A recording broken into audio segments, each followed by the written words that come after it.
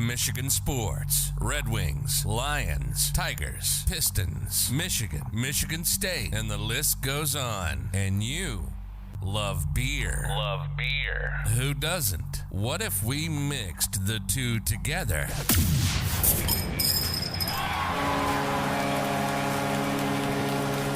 This is State of My Sports. We'll talk everything Michigan sports, like only we do, and then we'll down our fair share of beer from a local brewery, grading the beer throughout the episode. So pop a cold one on your end, and we'll get busy on ours. This is the State of My Sports. And this is episode 162. We are out on the deck, ready to talk some Michigan sports. During the flight segment, we will discuss the NBA Finals, the U.S. Open, and something that happened this weekend that was pretty dang cool for us. I thought it was anyways. Well, you guys can tell me if I'm wrong or not, but we'll get into that for my flight topic at the end of your guys's. Being NBA draft week, we will discuss the rumors surrounding the Pistons, decide on who we want and where, and have mock draft 2.0. Hey, mock draft day. Yes, mock draft. Let's do it. With Riley Greene era officially starting for the Tigers, we're going to touch on them, what the effect he has on the team, what we've seen so far, and what kind of we should project moving forward. We'll give an update on the NHL playoff draft, the results of our NBA and U.S. Open drafts as well, and I'll also put together a Dinger Tuesday. It's kind of my one of my favorite things to do during the week in betting, so I got a Dinger Tuesday for you guys. And, of course, we will grade and review tonight's Michigan craft beer. If you're joining us live on YouTube, Facebook, Twitter, or Twitch, let us know what you're sipping on tonight and be part of the conversation. Let us know all your thoughts on each of the topics and all that good stuff. Already Kyle's talking about the Yankees, I'm assuming. But, yeah, so be part of the conversation the best you can. Also share it with some friends, help it grow our audience and be part of it. You know, we want comments. We want people. We actually want legit comments. So as soon as Kyle and Jarrett start going back and forth, it's basically just a waste. But if people really want to jump in and talk sports, that'd be great too. Yankees look strong this year, he says. Every time. Same every time. Do you think he sets like a calendar, like auto set for when the show starts? Like yeah. He already has First it copy comment. and pasted, I think. He just pushes paste. And He must be watching live, though. We're starting a little bit early. That's a good the point. comments coming in, we couldn't have caught him off guard. I told him we were going to start early, and he said, yeah, I'll believe it when I see it. So Here we go. We did it. We did it before 8:30 for the first time ever. So we should be done by 9:30. That's the goal, right? Before we jump in, though, I did want to give a quick shout-out to our sponsors to help keep this thing rolling and keeping it free for our listeners. DeHop's Brewing Company and Cafe is the official brewery of State of My Sports. Mac Web Design helps us get our website up and running. Betting Hero helps us, and you get the best promos available in the sports betting world. I'm Sam Waldhart. With me today, we got Ryan Waldhart and John Dornboss. How are you guys? Well. Yeah? Good week? Yeah, it was a good week. Yeah. So your kids are gone, I heard. My kids are gone right now. Well, that's pretty sweet. They were gone last night, and they're going to be gone tonight. Really? Yep, they're out camping. They're at fair. I don't know what you call it. Some fairground for kid or like I don't know, animals and horse stuff. 4-H maybe. Never heard of it. No, I don't know. I have no idea. It's something like that. But they're doing that. They're out of the fair, staying with Grandma and Grandpa camping. Nice. So yeah. That's nice. Nice little break. And then you guys, you didn't have an overnight sitter for the wedding, did you? Yeah, we did. Wow. Yeah, the wedding. 3 and 4. So yeah, Jillian's sister got married. Yeah, how was Shout out that? to Ashley and Ed. They got married on Friday. That was a ton Good of wedding. fun. It was huge party, awesome venue, great officiant, best Yeah, officiant yet. I've heard mixed reviews, but we don't need to get into that. Okay. Yeah. I want names later, but no, that was an experience. Yeah? Yeah. Did you think it went well? I thought it went pretty well. So I did officiate the wedding, and I was expecting to be nervous the whole time, and I was definitely nervous. Like I had like cotton mouth probably the whole time. Yeah. But no, it went well. Like I really didn't trip over my words. I did everything I wanted. It was genuine. Yeah. It was pretty informal. You know, I think that's really what they were looking for too. Yeah. And got positive feedback, so it was all good. Good. No, that's good. Yeah. And then the Brenna was there, I heard? Brenna was there, Which played is music awesome. all night. I mean, you can't ask for a better party than that. Yeah. Yeah, No, it was great. That's awesome. They played at 2 of my cousins' weddings. Did they really? Oh, man, and they jammed out until it was like midnight. Yeah. That's awesome. Midnight 30. Oh, That's what it should yeah, be. Most they're DJs wrap up around like 11. So like Yep. when you got the live band, It like, wasn't like, hey, just give me a little more and we'll keep this party going, exactly. right? It wasn't at a venue. It was like in a backyard somewhere. So I don't know. My uncle's tipping them, like Yeah. paying them well to be there, and they That's just kept awesome. playing. You know, fed off the crowd. But yeah, That's good. Oh, yeah, that's awesome. It's What was exactly the how it best song that they played? The best song that they Yeah, played? yeah. Do you have a favorite? No, they were all so good. But 1,000 Miles, that one, I would walk. Oh yeah, 5,000 miles. That 500 miles. 500. And I would walk 500 more. So it's Yeah, I don't 1,000 know. Miles. I randomly started like what do you call like the line when everybody like jumps on your The Jamba. Yeah, I Is that what it's started. called? I started one of those. That was a good time. Yeah? I usually do. Every wedding I start one of those. Do you? Yeah. So should I look forward to this wedding this Saturday? Yeah, definitely. Yeah. All right. I'm gonna let you do it. I'm not gonna be the one to do it. Do you normally do it too? No, I've never done it. What? You Yeah. got to do it. I'm gonna have to learn from you. It and then happens I'll naturally. People Yeah. line up behind me. I just start going around the whole place, and people just grab my shoulder. Yeah. Like, all right. I'm gonna you bring go. up the rear. Yep. I just don't want anybody touching my shoulders. Yeah. Yeah, Okay. We'll see how it goes. Have fun with the rear. Yeah. John, how's your week, man? Well, 2 weeks. You were gone last week. was gone last week. Got caught up in a thunderstorm trying to move appliances around. Turned into a big headache. Yeah. Had to rip doors off the appliance Oof. and storm doors off of the house to get things to move. And Ouch. It's my worst nightmare.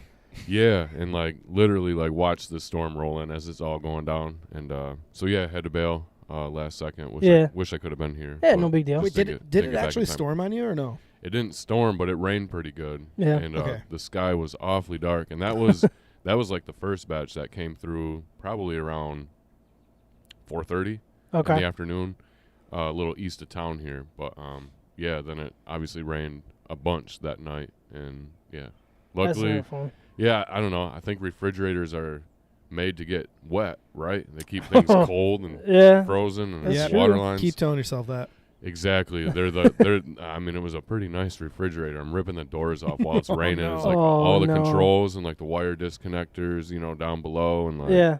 Got it all hooked up though. I did. Yeah, it's running. It's cold. So far so good. Did it So, have an ice maker? ice maker and a water dispenser? Was there? too. Did you have to like switch anything out? Because I remember when we got our fridge, like it was like an old connection compared to like a new type of connection, and it was just a pain in the butt. Did you run into anything like that, or was it pretty simple? No. Plug and play. Yep. Oh, that's just good. Tapped into the cold Because that water that line. can get pretty frustrating. Oh yeah. The previous fridge did not have the water or ice dispenser. Okay. So it didn't have a water line going to the fridge. So this is a brand new one, just tapped right into the cold Gotcha. water. Okay. Below the floor. No, Nice. No problem at all. No, that's good. That's good. I mean, if you're taking off doors, last thing you want is have to mess with water. So that's good. So you said you had a story. Is that for the beginning, or is that during the flight segment? You want me to jump into the flight, or No, wait? We got to talk wanna- about these beers. We got to talk first. about our beers. What are we Yeah. drinking today? Yeah. What So we're is this one? drinking from Shorts Brewing Company, which is obviously in Elk Rapids, Michigan. We've done a few of their beers. I think we've done a couple of their samplers and stuff like that, which is always a good time. But I saw this one at Total Wine, Margarita IPA. I was like, dang, that just sounds good. It is good. It is really good. I didn't know if I should put salt on the rims or anything like that. Like it. Oh, I'm sure it's You supposed to think be I like should that. have done that? No, not to say you should have done it, but So I'm you're sure saying it's I like really made for it. I blew it? Is that what you're saying? Yeah. Yeah, I Yep. figured you were saying that. Not very nice, but no, but I don't know. Summer beer, like this got summer written all over it. You got a lime over the guy's face. The kids saw the box. They're like, "Is he mean? Is he mean, Dad?" I'm like, "No idea." I'm like, what kind of a question is that? Looks mean to me. He Like looks, yeah. I would never trust He a guy seems like that. more sour than mean. Like, see, lime over the face. But yeah, I mean, cool looking can for the people watching live. You can see that. Actually, I got the box. I might have a little better look here. Look at me struggling. But yeah, I got this one at Total Wine, but you can pick them up, I'm sure, at Siciliano's or Meyer or Shorts, whatever. What do you guys think so far? Good little sipper? So far, it's nice. Yeah. Delicious. Do you have the can right there? Like, what is the percentage of this one? What does it say? I don't have one. I should really look up.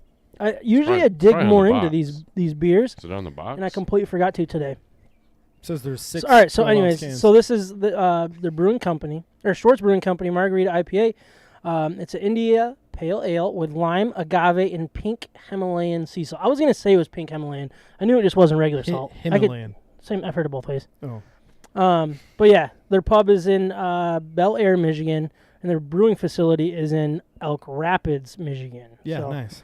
For inquiries, go to cs@shortsbrewing.com. Or is that that's an email? So you email them. I'm surprised That it's one. not listed somewhere. Yeah. That is weird. Yeah, normally it would be. I feel like it legally has to be, doesn't it? Maybe. Uh-oh. I think we just got them in trouble. Yeah. Oh boy. Bad label. Yeah, we're live. Yeah. Rewind.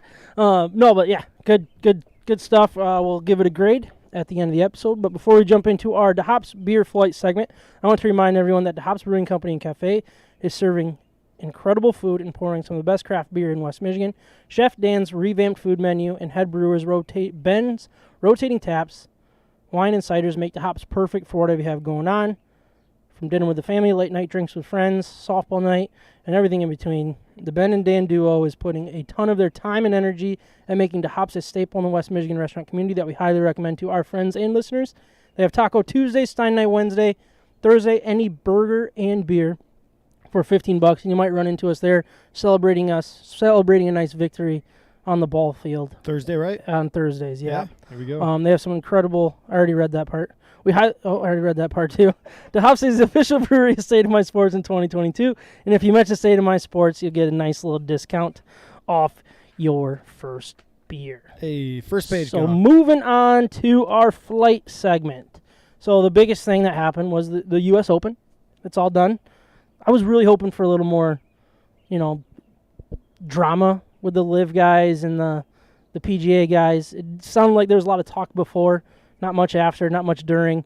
And I was actually really curious if, what kind of what the fans' attitude would be towards the LIV guys, I was wondering if it was going to kind of create the Ryder Cup feel, like if these guys these fans are anti-LIV, you know what I mean? But it didn't sound like I'm not going to pretend that I watched this. It didn't sound like there was anything that really happened, and it was more or less a pretty boring U.S. Open, I think, to say the least. He won by one stroke, though, over two other guys, right? Yeah. So how is that boring? There had to be drama, right? I did hear that Zalatoris missed a birdie putt that could have forced a very makeable birdie putt. Too. Yeah, yep. That sucks. What did you think of the U.S. Open, John? This was yours. All right. You want to talk about? Yeah, I mean, I'll be honest, I didn't watch much of it. I kept updated with the scores throughout the day, all weekend long. I had a busy weekend. Before I want to jump into the U.S. Open, the reason I didn't get time to watch on Saturday is I attended the Meyer LPGA Classic out at Blythefield.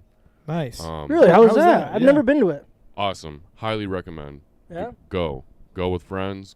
Bring the wives. Plenty of places to go to watch the golf. I mean, I will say every single one of those girls on that golf course are leaps and bounds better than I will ever be at golf. It was incredible to watch. Easy swings, ball was flying everywhere. Course was in great shape. The weather was awesome. Yeah. A little windy. Golfers don't mind that though, because they can play that. Helps control a little bit more, right? Yeah. I mean, it takes a little bit more off of a draw, a little bit less off of a fade. But then food and beverage prices were insane. Like reasonable. Yes. So what kind of, how much is a beer roughly? $3. $3 for a beer? Can of beer. Solid. $4 for like a craft beer. I walked up, grabbed 2 beers and a cheeseburger for $10. Holy and I was smokes. like, I think I'm going to come back to this line. Yeah. And that's better than DeHop's. I mean, it's better deal. It's better than some of these golf courses charge when you're out there playing golf. Yeah, no, that's true. And you can hardly go anywhere and get a beer and a burger for $10. To be honest. Yeah. So to have that on the golf course, it was all good food, good quality stuff. Meyer put it on. Anyway, I had a great time. Who'd you go with? I went with my cousin's husband. Okay. My cousin got tickets through work, and then me and him went. Met up with a couple people that we play in a league with. There's a guy in our league that has a membership at Blythefield. Oh, cool. So that was kind of neat. But, man, you talk about the most immaculate course I've ever stepped foot on. Yeah. You can just tell that it's just treated better. And they prepped it for the tournament. It was great, though. We Saturday, I followed the leading group. I don't know, Nelly Korda, big name in golf. I think she's ranked 2 in the world. Okay. She's the best golfer in the world. So does it get a good turnout for the top golfers usually? I would have loved to have gone Sunday had it not been Father's Day. Yeah. Just to watch that final group, because she ended up eagling 18 on Saturday to take the lead going into Sunday. Oh, that's cool. And she played the same girl on Sunday. Did she end up winning? Yes. Yeah, okay. No, well, Nelly Korda took second. They went a playoff. Gotcha. Yeah, all right. She tied for second. But nice. Yeah. Jennifer Kupcha, I believe, won the tournament. Cool. She's also Yeah. really great. I've But heard so anyway, many good things about that tournament. Yeah, like I said, I would highly recommend going if you can get free. I don't know what it costs, like what passes do cost to enter. Again, got those for free, but it's cheap cheap entertainment. Yeah. And you walk around the course, different views, different little like platforms to stand up. It was incredible seeing how much goes into hosting an event like that. Like all of the stands, all of the towers that were out there. It's like, man, you have to have a huge golf course to host an event like this. Yeah, like countless engineers probably putting everything together, taking it down. Yep. I know that they spent like weeks doing it, preparing Planners. for the tournament. Oh, yeah. But No, that's really cool. Yeah. it was a great time. But anyway, back to the U.S. Open, a big weekend for golf. Yeah. Will Zalatoris came up short. It was a Fitzpatrick?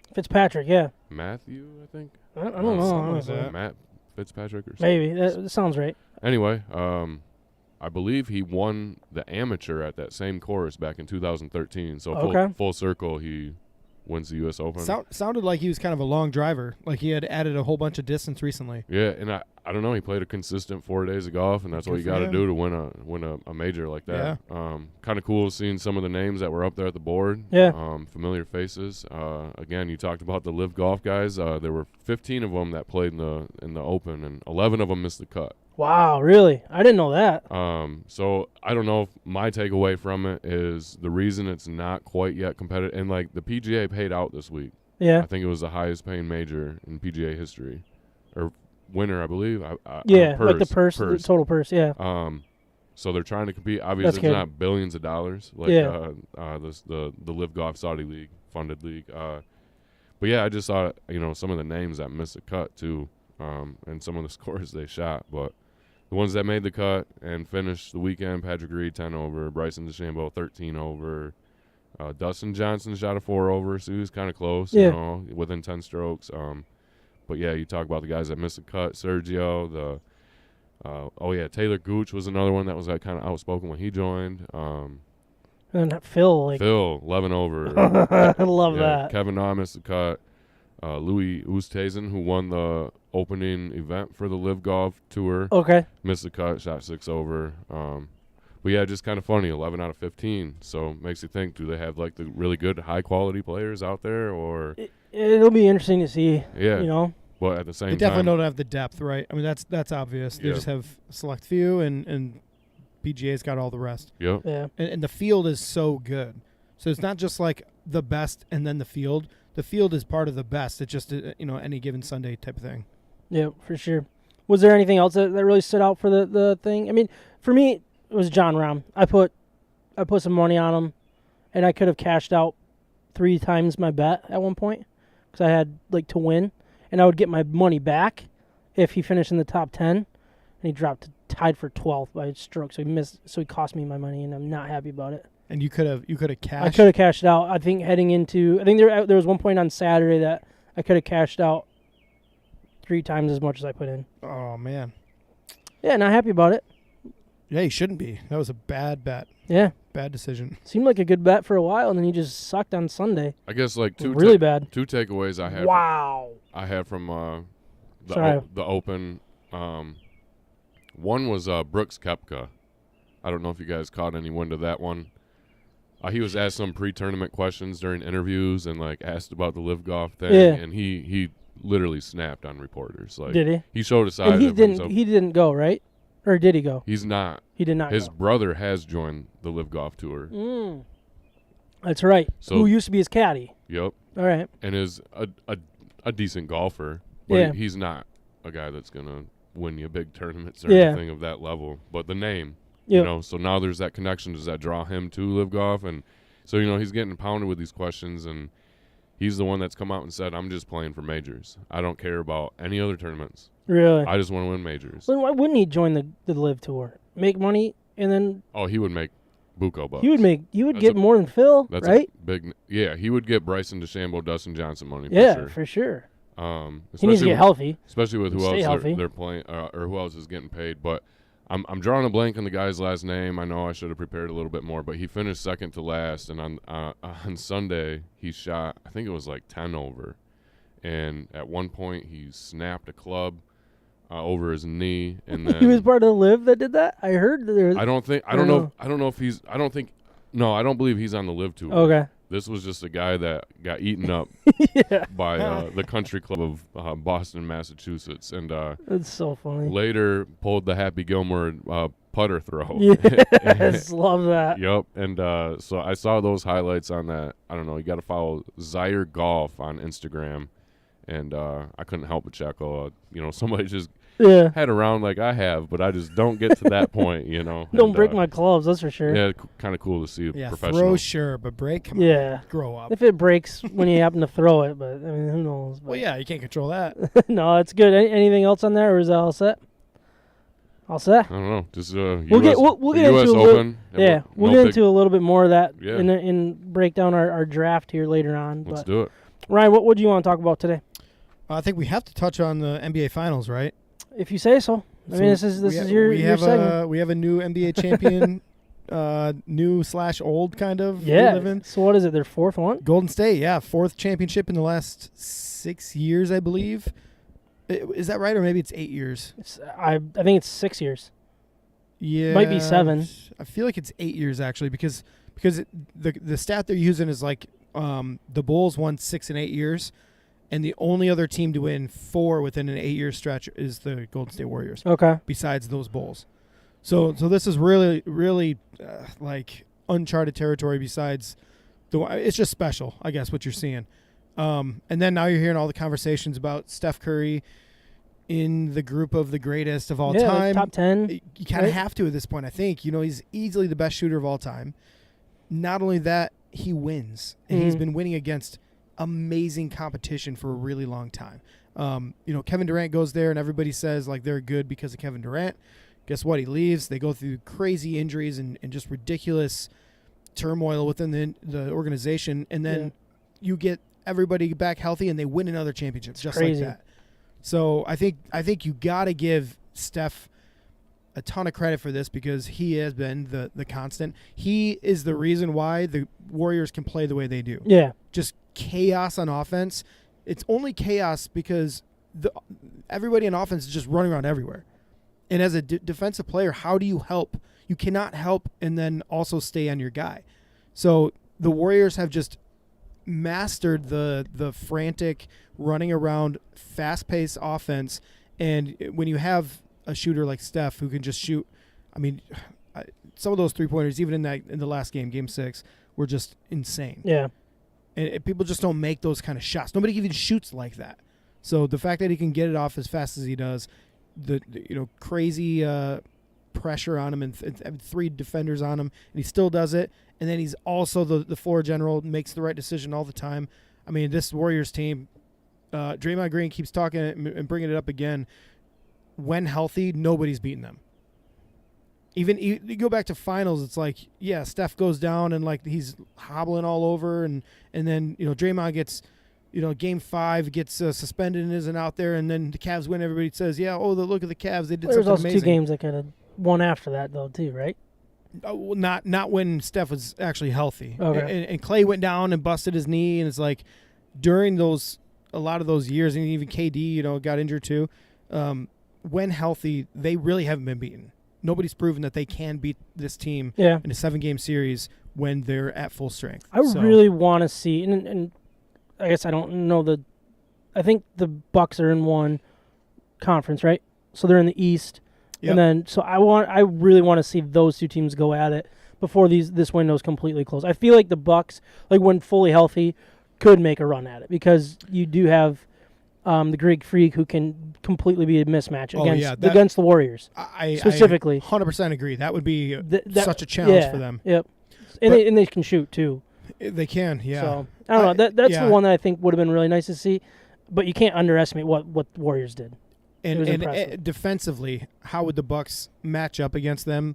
Probably a little bit slower footed than the Warriors are. Yeah. The Warriors might eat them alive. You never know. They might just wear them out too. Yeah, I mean, a lot of people thought that the Celtics were going to be the team that could beat them just because of the way they play defense, but they were just too fast. And I think we're kind of seeing it in the NHL here with Tampa Bay and Colorado. It's like, well, Tampa Bay's the team that can limit them. Well, Colorado's up 2-0, and they won 7-0 last game. This goal's about to get disallowed is my guess, but I don't know why it's taking so long. It's frustrating.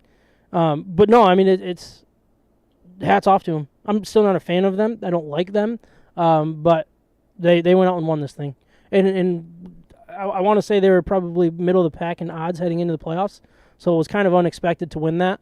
Yeah, and it's only cool. because nobody believed in them. Only because they looked at their team and said they've had too much turnover. They're just a regular season team. Who knows if Clay is going to be able to do this in the postseason? Who knows? Draymond Green's not the same player he used to be. But guess what? Steph can still shoot the lights out, and he's the smartest player on the court all the time. And I think that's the craziest thing about it is Clay had a handful of good games in this whole playoff. He didn't have a good playoff.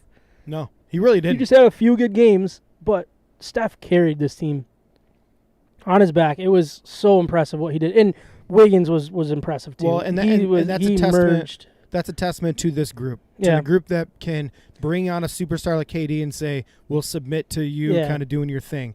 And have it work within the framework of the team. Yep. And then you also bring in a young guy like Andrew Wiggins and say, no, hold on, you're not under or overrated. We'll just teach you how to play within our system. Yep. And then Jordan Poole, like, don't worry. You have as long a leash as you need in the regular season, and when we need you in the postseason, you be ready for us. Yeah. The frustrating thing is, like, when I watch a team like this win, like, I feel like that's the last thing you can model after because it's just such a... Because there's one Steph Curry. There's only one Steph Curry. Exactly. You can't watch the Bulls and be like, all right, we're gonna be the next Bulls. Well, no, you're not gonna have another MJ. You watch the Lakers, Kobe. We're gonna model. You can't model a team after all of these teams winning it. You know what I mean? Like I think 2 years ago when the Bucks won it, that's a little more, I think, reputable. Yeah. All right. Reputable is like your reputation. Well, I mean, like, mimic. Like, you can create that same type of team. I know Greek Freak's a little, like, more, like, only one of them. But their model, I think, is something you can look at and be like, all right, let's build our team like they were built, in my opinion. You know what, though? Those two examples are great examples of having one athlete that is so different and unique compared to the league where you can't really model. How do you model after Steph Curry? How do you model after Antetokounmpo? Greek Freak. You can't do it. Yeah. He's a one-of-a-kind. But what they've done is they've taken that one-of-a-kind and said, this is so special to us, we're going to build the rest of the team and make something that turns it into a championship. Yep. Think of, like, I don't know how, like, similarly different they are. But, like, Giannis, the Greek Freak, is doing things that you have not seen out of a big man. And then you got Steph Curry, who was always undersized, doing things that you've never seen out of a guard. Yeah. At the same time in the NBA, it's like maybe Hakeem Olajuwon, maybe Shaq. You could compare to what Giannis is able to do. Yeah. And there's not many guards that you can compare to Steph Curry. Yeah. I think it was Charles Barkley said he's the best small point guard. He just surpassed Isaiah Thomas. Yeah. Yeah. And I agree with him. All time. I do. The shooting kind of is the difference maker there. Like, absolutely. It's also a different league. You never know if Isaiah Thomas could have because it wasn't something people did. You know what I mean? So that's the hard part. Just like you said with like Michael Jordan, every kid is going to want to be Steph Curry for the next 10 years. Who's going to ruin the game for more than help it in a lot of ways. Well, if you think about like the trends in NBA right now, is like you need a big man that shoots. Really? Because the Warriors have Kevon Looney. Yeah. Like, he never shoots threes. Yeah. Well, you need and they've got Draymond Green, who floor spacer you might consider him, but he had just an awful postseason shooting the ball as well, or at least finals. Yeah. And nobody thinks that he's a great shooter from the outside at this point of his career. So you have two of their main big guys are not shooting, are not spacing the floor, but yet they're still able getting the space and getting their shots off. It's crazy. Really good at that pick and roll, too, because it's Clay, it's Steph Curry, it's Jordan Poole. These guys are running screens Andrew Wiggins, day long. They got their guard screening. They're running off of double screens. They give it up and then hop back and then get the pass right back. Like nobody's better at Steph than doing that. And they're all capable of driving closer to the basket and still being able to score. They're not all settling for 3-point shots. They all shoot a lot of them and they make a lot of them. Yeah. Again, kind of tailored to the shooter in the NBA right now. There's all these new rules about how you can defend them and how close you can get and how much room they need to land. So if you can just get shooters that are confident in their stroke, the NBA is going to allow that to happen for years to come. It'll be interesting to see more and more of this down the road. Hopefully the Pistons can find their guy. For my flight segment, I did want to talk a little bit about the Tigers. Really, so I brought this up a few episodes ago, was the Joel Zumaya, and he's kind of just getting a lot of attention, if you will. I don't know where he's been, and all of a sudden he kind of hops on, trying to, ruffle some feathers with some comments. So I do have what he said on May 25th. This is a tweet, I believe people call it. But he had like a bunch of those angry faces with the bleep over his face. And there might be some swears in here that I'm going to try to go over, but I'm going to try to read this, okay? He said, "Is there any other true Detroit Tiger fan as disappointed as I am on how this season is going for the team? Well, I, Joel Zumaya, 54, former Detroit Tiger, truly am disgusted, disappointed, just flat out upset on how this organization has let it fall into a category which I thought this organization would never see again. I'm going to say this straight out of my mouth." Actually, it was a tweet, but that's fine. "I can't believe they gave Al Avila a undisclosed extension. Blows my mind." And then he did those blows mind emojis, which is cool. I like that one. "They need a clean house. They need to go through the main office and start removing some of these nerds that have no clue about the good old game of baseball." That's hilarious. The good old English D is too iconic. Too great to even let fall to these standards. My apologies, I come so bold. But as they say, once a Tiger, always a Tiger. So I'm entitled to my own opinion, and I'm entitled to say whatever I want, whether people like it or not. All right, I don't want to get necessarily into his comments. I think the point is he's angry.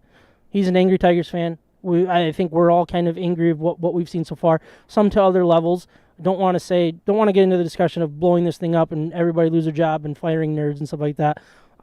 I agree with him. I know Ryan will disagree with him in that way. So I don't know. It was just funny. And he kind of brought up some numbers to back it up. He said in 1962 the New York Mets had 617 losses. And I think this was through a certain amount of games, is my guess. The games back on May 25th.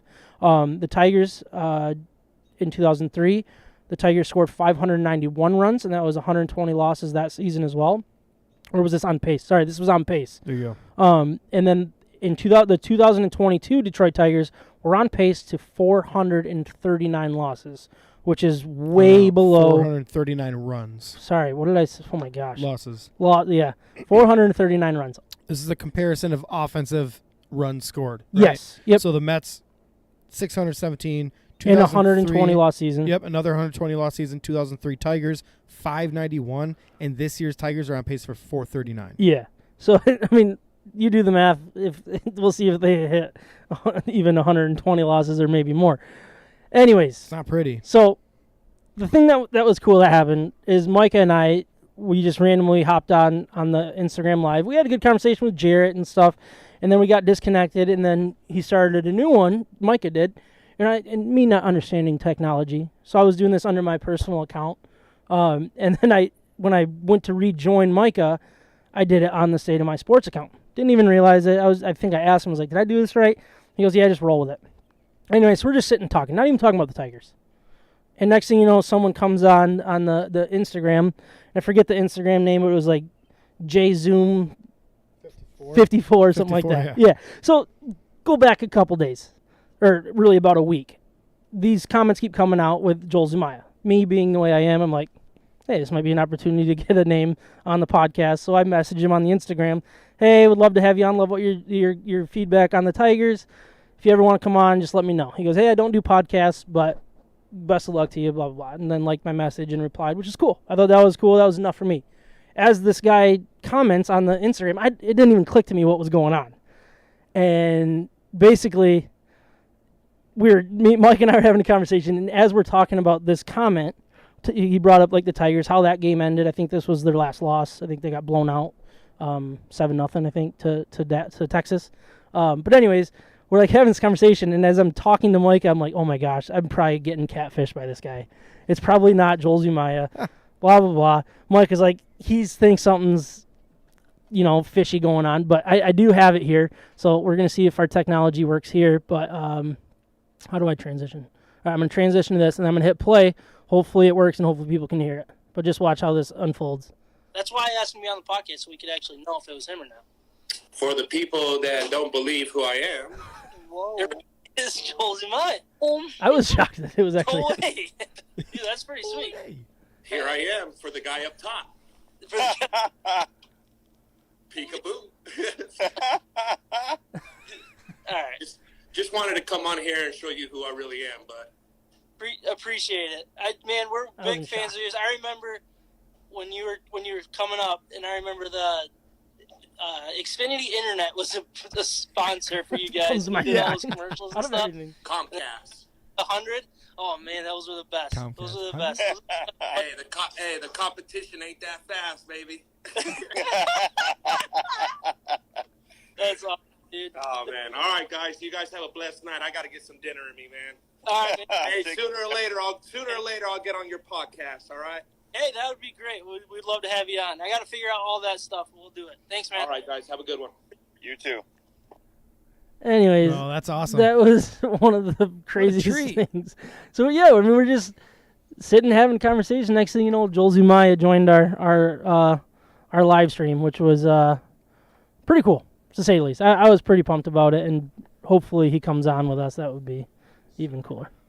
But John, did you actually watch? Did you see that happen or no? Or I did not, and it took a second, and it's like that is Joel Zumaya. It's him, right? It could not be him, but then when he started talking, it was like that's definitely Joel Zumaya. Yeah. But, No, it was pretty cool. I mean, he's an all-time favorite pitcher of mine. Not like I'm not saying he's my favorite pitcher on the Tigers, but he's in that category. Yeah. Like of the era of pitchers that we've He seen in was the such a bullpen. And, just recognizable. Like everybody loved Joel Zumaya. It was so exciting. And he fed off of the crowd, which made it best. Yeah. You know, it's like those are the guys you want to have. It's Yeah. And it was right in that era where, I mean, the entire city and state were on fire for the Tigers. Yeah. Like I've never seen before. That It was was so the Who's Your fun. Tiger campaign. Like, Yeah. There were probably 12 guys that was somebody's favorite. At some point. Everybody It was loved insane. the whole team. Yeah, it was such a fun era. And never mind. I was going to ask you guys who got that goal, but you probably didn't see a it. lot of Danny Detroit Rogers. sports teams were playing good at that time Gabriel too. You know, Landeskog. Yep. Yeah, no, I mean, that was probably one of the best eras in Detroit sports. You had the Pistons at the top. Yep. Red Wings are at the top. Tigers were finally doing something good. Lions might have won a game that year, which was awesome. I mean, it was just it was a fun era, and we were all kids. You know? No, did they have Calvin? That was their They 0-16 had- season. yeah, right? did they have Calvin at some point? You know, in that window. Yeah, I I don't mean, know. it was a fun time, and I feel like it's coming soon for our teams again. I really, really believe that it's coming.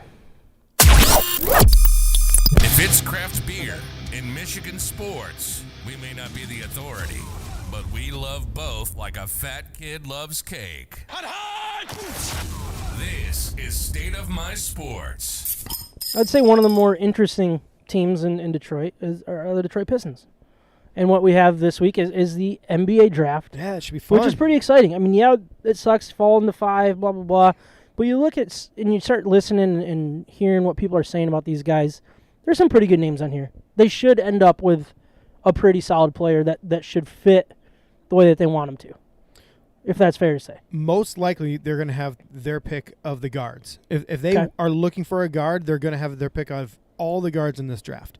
I mean, that's the very likely scenario. So Kings could go, and I don't know how you want to really jump into this. I'll let you lead, I guess. So one thing that I found online was on The Athletic, actually, was a nice anonymous scouting report. So what they do is they take anonymous scouts and they ask them about a specific player and just give their true feelings on them, I guess, and how they would, scout them. And I thought it was interesting because it was good for me to like just. I'm not going to sit and watch film and be like, oh, I like this guy. This guy's really good. I obviously kind of like the Shaden Sharp, like the swinging, like the high ceiling type guy. Like that's interesting to me, but I'm never going to have a real opinion. I'm not, and that's where I'm really going to kind of mostly trust in you guys to kind of lead this conversation. But I figure a fun way to start it is basically just start by some of the interesting names that in what people think of him or what this scout specifically says about him. So what I want to do is start out, and I'm gonna get up and get all nice and close to the camera. I'm actually gonna change the screen so it's not so weird looking when me up there. But what I want to do is basically start out with what the 3 guys that left the state of Michigan. if that makes sense. So we got 3 guys that left the state of Michigan, Max Christie, Musa Diabate, and Caleb Houston. A lot of people think they left early, and so when I found this article, those were the first names that came to mind. It's like, all right, what are the scouts saying about him? So I'm going to start with Max Christie. Can you tell me a little bit what you guys think of Max Christie? Obviously coming out of Michigan State, but where does he fit in the NBA landscape as I look this up? Well, first, I think with Max Christie, you didn't get to see what kind of player he could have been at Michigan State. He did fall within their system, and the Michigan State system is way more structured than a lot of other systems out there. So he didn't have the freedom to just go do whatever he wanted. Maybe sometimes he had the freedom to shoot when he wanted, but definitely within the framework of the offense. So I think a lot of what teams are going to be banking on is that there's some untapped potential here, or maybe some higher level upside from the pro side compared to the college game. All right. Good shooter, can score. He definitely has offensive talent, and he has enough athleticism to play defense and maybe be like a Gary Harris type of player. So if you're not familiar with Gary Harris, he's at this point is a seasoned vet in the NBA. He's starting to bounce around a little bit later on, but he was definitely a big important role, or played an important role with the Denver Nuggets in their last the run here. So all right, so an anonymous scout said about Max Christie, 6'6" freshman guard out of Michigan State. This is what he said. He said, I was hoping all year for more, and I never really got it. He's a nice kid who struggles with confidence. I like his size, I like his stroke, but he didn't make shots. With his numbers and production, I'm surprised he came out. He doesn't create with the ball in his hands. Shooting is going to be a big thing for him because with his body type and the speed of the game, he's going to have a lot to get used to. He played 31 minutes a game as a freshman and still didn't produce. He didn't show any toughness. He's not a point guard. I wish he would have gone back to school. I wouldn't be surprised if someone takes a flyer on him. You got to be patient with him. John, what are your thoughts on that analysis of Max Christie? Oh, I mean, I think it's spot on. The only thing I can think of when it comes to Max Christie is he comes with NBA caliber pedigree, right? His dad's Doug Christie, had a good career in the NBA, played for the Sacramento Kings for a few years there. Again, it's a flyer. It's you're hoping on a prayer. It's like the Pistons drafting Luke Kennard. Yeah, but instead of Luke Kennard in the first round, 13th, 14th overall, this is a guy that's going to go at the end of the first round, most likely second round. Yeah, right. So there's a different level there. Oh, for sure. I think at that point, in the draft, you really are getting a talented, higher upside type of guy. Who I don't think higher upside doesn't always have to be a star in the league. I think a higher upside guy can be a starting guard in the league that doesn't set the league on fire. He just does his role really well. And plays tough defense, and you can send him down to the G League, and if he's not ready to be on the lineup day one, save you a little bit of money. I don't know what the contracts all come out to, but again, a guy that you're not really looking to depend on, like maybe starting on the team, a role player, bench player. But man, the NBA is just full of stars right now. I just don't see him. But not everybody's an alpha. So he goes to Michigan State. They have a lot of depth, older guys. He's not going to walk in there. It takes a different kind of personality to walk in and demand the room. Jaden Ivey didn't do that as a freshman. Especially a Tom Izzo-led team. Yeah, you don't He never really lets freshmen come in and lead a team. No. You know what I mean? Like, even if he wanted to, he's not given the chance to. And I'm not calling out Tom Izzo. It's just the way he likes to do it. Draymond Green didn't. It wasn't his team until he was a sophomore. Yep. Oh, wow. How did that get in? That was crazy. Was that Point? Sorelli? All right, next was Musa Diabate, who's a 6'10 freshman forward from Michigan. This is what the scout said. He said, I was surprised he left Michigan.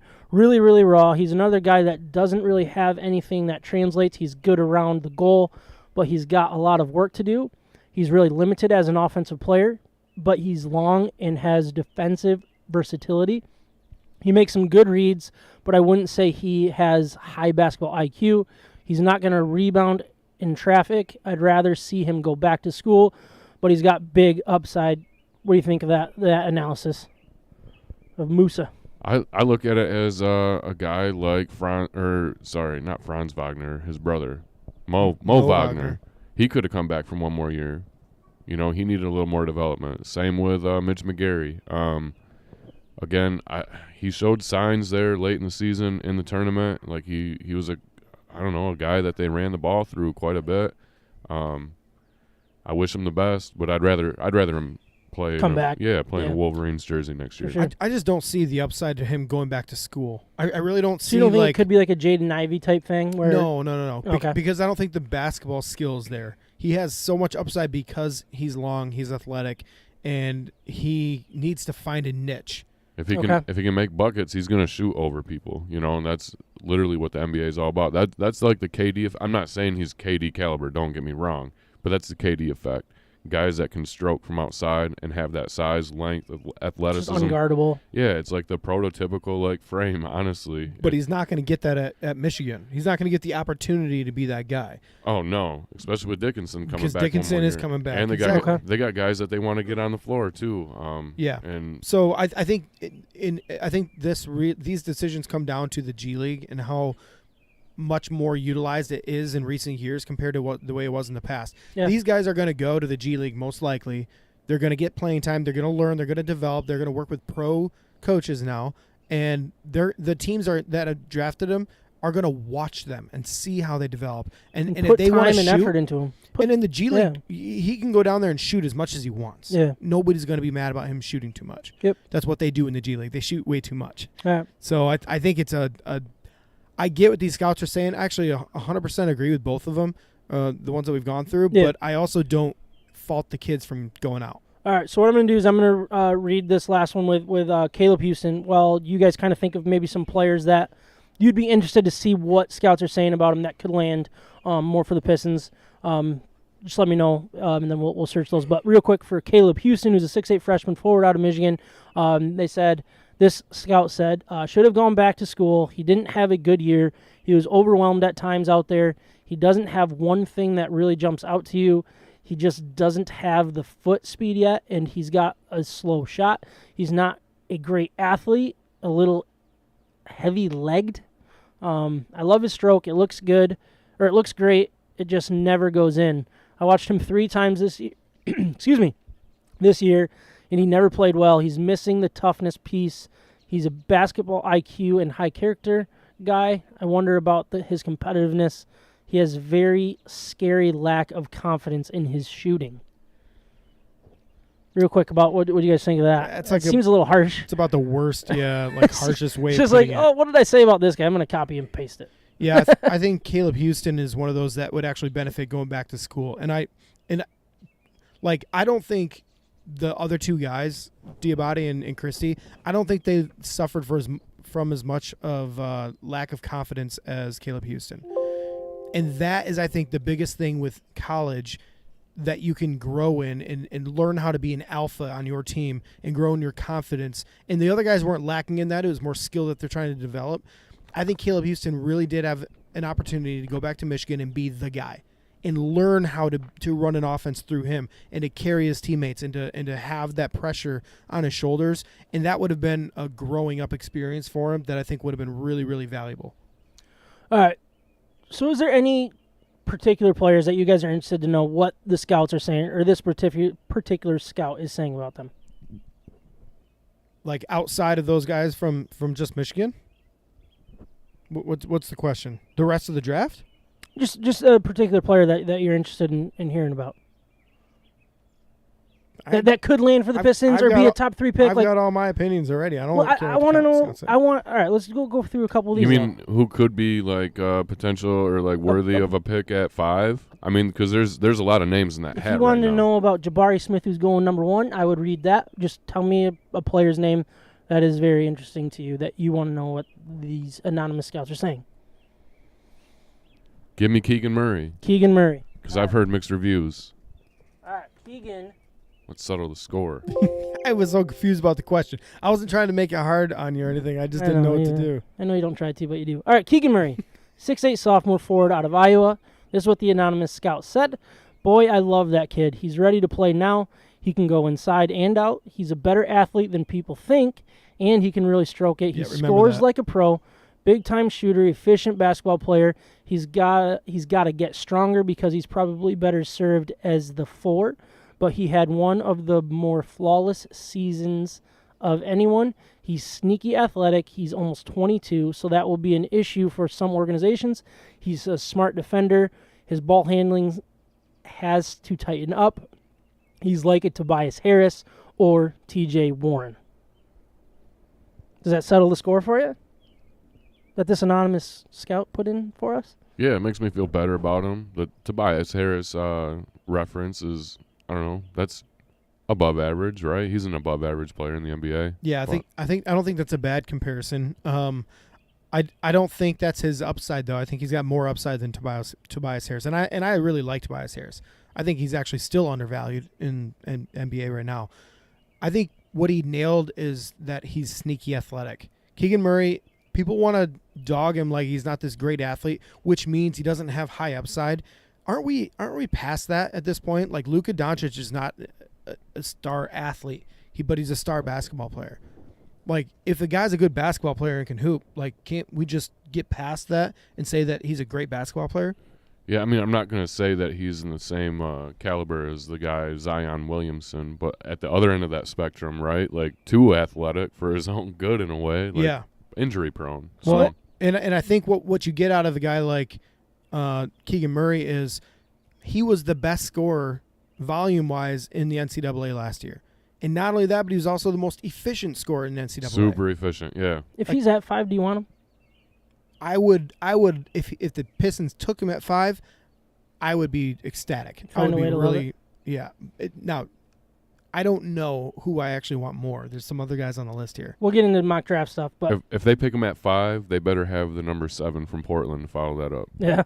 Yeah. If they pick him at 5, then they would probably want to move Jeremy Grant to make room for him. One name that I find interesting is Chet Holmgren, because I think Yeah, John, you're not a big Holmgren guy. No. I don't think you are either, Ryan. Oklahoma City, they were taking him. They But have it to. seems like They have he to. seems to be rising even more. Like people expected him to fall, and he's just kind of staying, at least mock draft wise. I think there's a good chance he goes number 1 overall. This is what they say about Chet Holmgren, 7'1" freshman forward out of Gonzaga. He's probably potentially he could potentially change the game.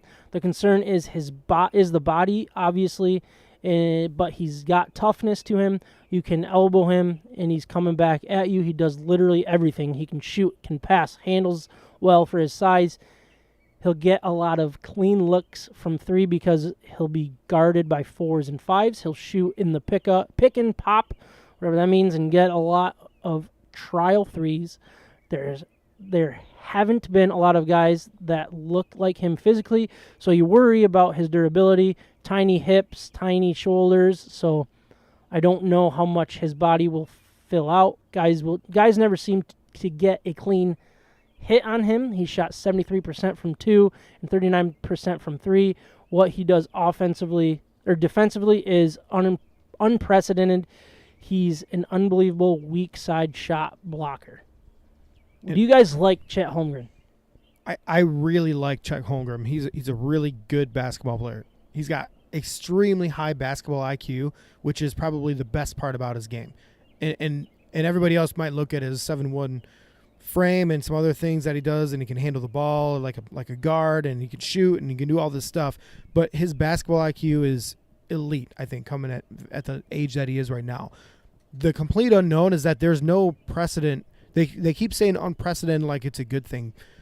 I can look at that as a scary thing or a bad thing, saying that we've never seen a guy with his frame do anything successfully in the NBA. All right. The closest guy that we've seen is like a Sean Bradley, which I get that Sean Bradley is nowhere near the NBA player, basketball IQ athlete that Chet Holmgren is, but that is a comparison where he just got completely physically overmatched in the NBA for a long time.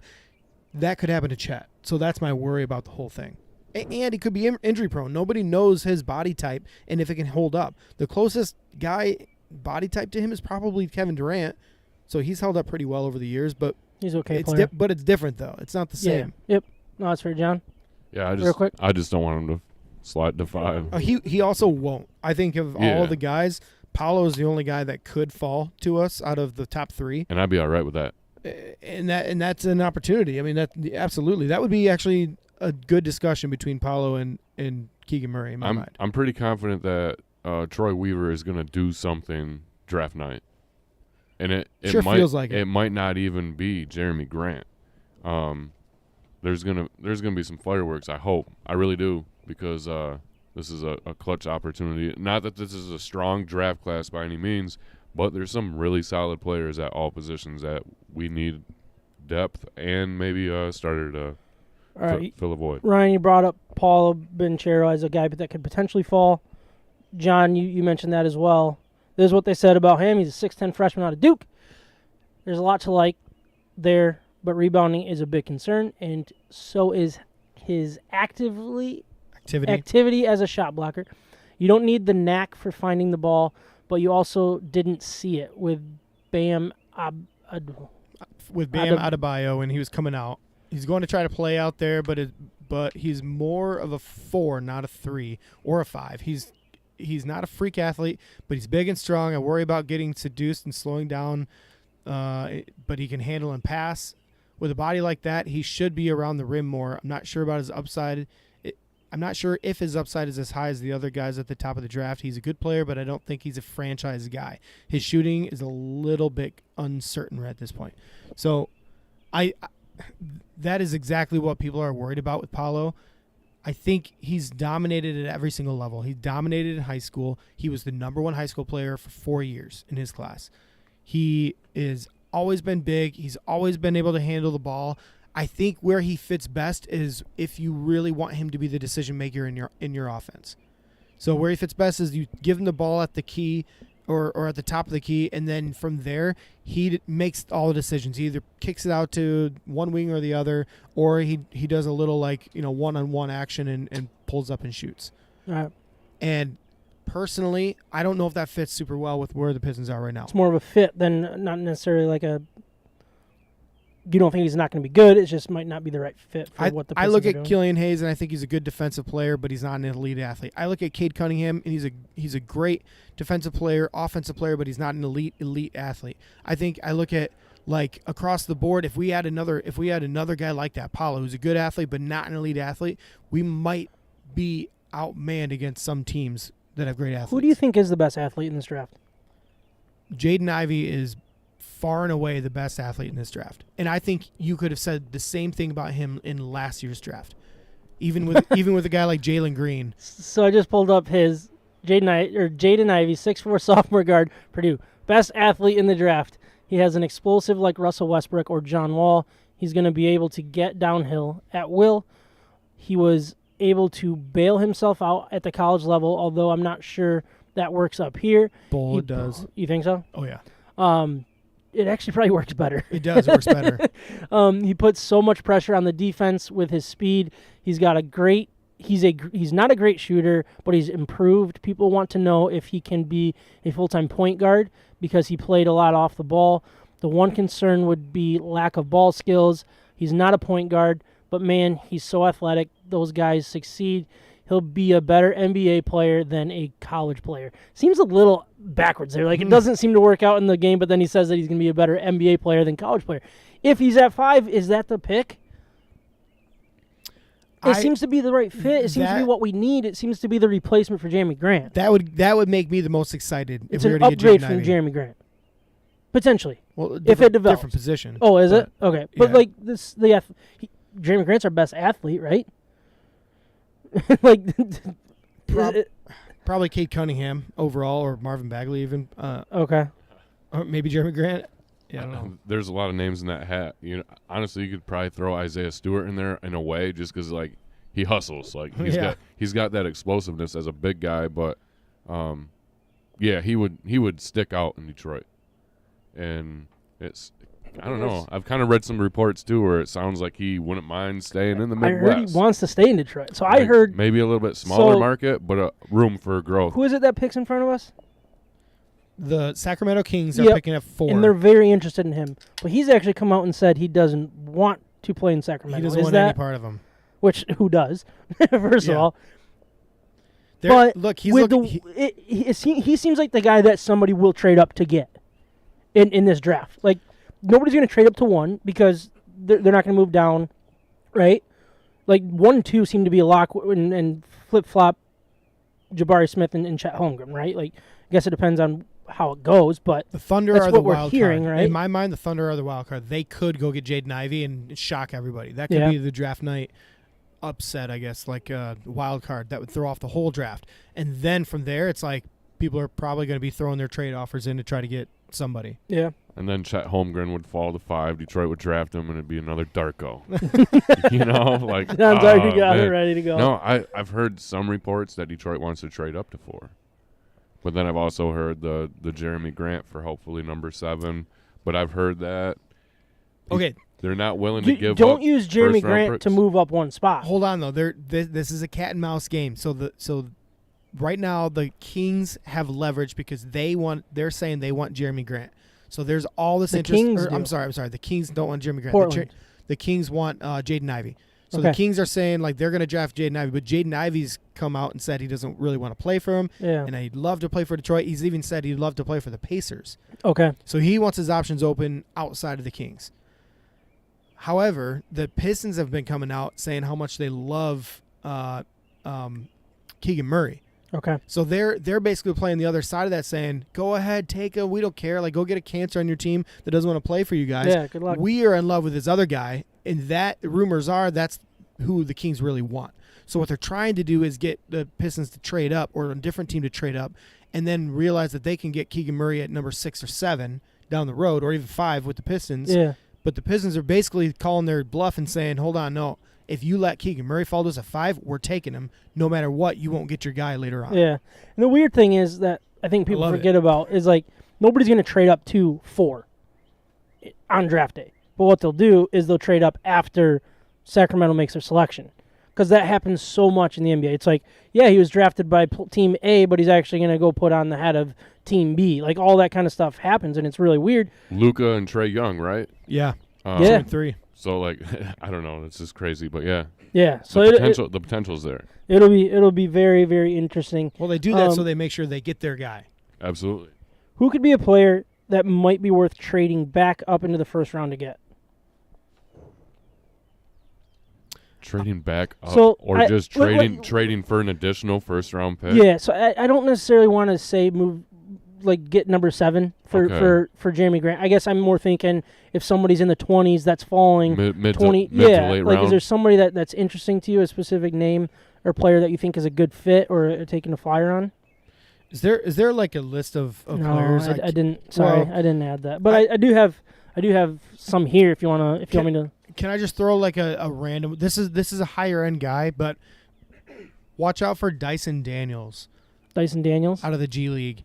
This is a 6'8", 6'9" guard type, like point guard type, but can also play 2 or 3. Has a 7-foot wingspan. To me, his 3-point shot looks really good. His numbers aren't that great, but he's a really, really smart player. So he's from Australia.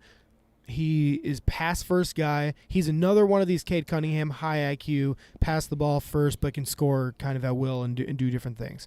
I think he's been rising up draft boards. He's going to be a top 10 pick.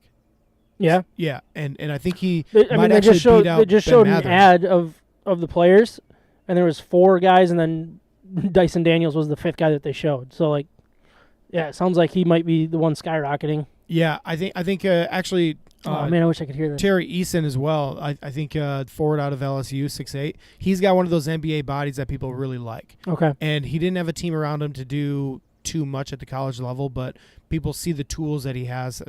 Somebody could really like him. I think Ron Harper Jr. actually is a really underrated basketball prospect just because he's not an amazing athlete, but he's 6'6". My goodness, yeah. Like again, NBA pedigree, it's in his bloodline. Like it's full of them right now. Yeah, those guys like they know basketball. He's good. He was good, but I mean, Rutgers is not good. He can't carry a team like that in the Big Ten. Well, he tried. Did his best. I think, and like he kind of went there for like personal reasons, not because Rutgers was the best offer that he got. And yeah, he could be a late first rounder for sure. Anybody reasonably worth trading up from 5 to get? I think we kind of already discussed that with Jaden Ivey, maybe, but probably just play it out and call their bluff. Don't trade up. Don't give up assets. Yeah. We're either going to get one of the top 3 best guys on there that everybody's considering the top 3, or we're going to get Jaden Ivey, or we're going to get Keegan Murray. All right. Shaden Sharp. We got to bring it up just really quickly. Okay. Shaden Sharp is the wild card. Absolutely. He's the one that can change the draft because somebody is betting on his upside. He's got upside. He plays pretty similar to a guy like Bradley Beal. Okay. Probably would be the closest comparison. So one thing that I was thinking about the other day, so I was on a nice little bike ride. That's been my new thing, just trying to ride my bike. It's an easy workout, doesn't kill my body as much. Well, so. your car broke down. That's My car did break down too, so I've been riding my bike for that. But I've made this decision in my head that it's for the best of me. So thanks for clearing that up. But ruined it. I was thinking about this. It's like, and this is honestly my thoughts. I didn't hear this anywhere. All right, top 3 picks. The teams are saying, we cannot miss on this. We can't be the guys that missed on player X, Y, or Z. You know what I mean? Like, pick one is we got to take the best guy that everybody's saying to take, for the most part. Let's just pretend that that's what people do. They take the first pick because they don't want to be the team that didn't take the best player in the draft at 1. Pick 2 is like, hey, we'll get the second best. You tell us which one we're taking, 1 or 2. You know what I mean? And then when you get into the 3, it's like, okay, it's like kind of the missing guy. Like, we'll just take the guy that fits us best and people just move on. But when you get in that 4, 5, 6 range, your one and only goal is to find the best player in the draft that everybody's going to regret getting. And you take a risk on those because it's not necessarily a fit. You're not getting necessarily the best player, but it's like the high-risk guy that's like he someday could be the best player in this draft. And that's the player that people are going to be talking about that Team 1 passed on, Team 2 passed on. We've seen it too many times as a Lions fan.